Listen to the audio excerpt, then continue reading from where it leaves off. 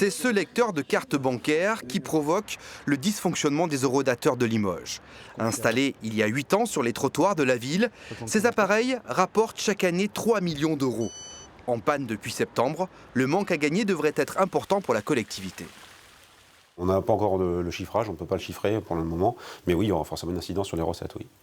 Lorsqu'un horodateur est en panne, cela ne signifie pas pour autant que le stationnement est gratuit. Selon cet article du Code monétaire, si un autre moyen de paiement est proposé, vous n'avez pas d'excuse. Il y a l'application EasyPark, comme je l'ai dit, où l'usager peut payer en ligne par l'application, ou alors avec un autre horodateur.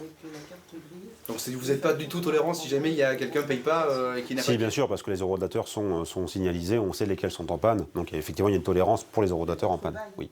Limoges va profiter de l'occasion pour remettre en état les 310 horodateurs du centre-ville.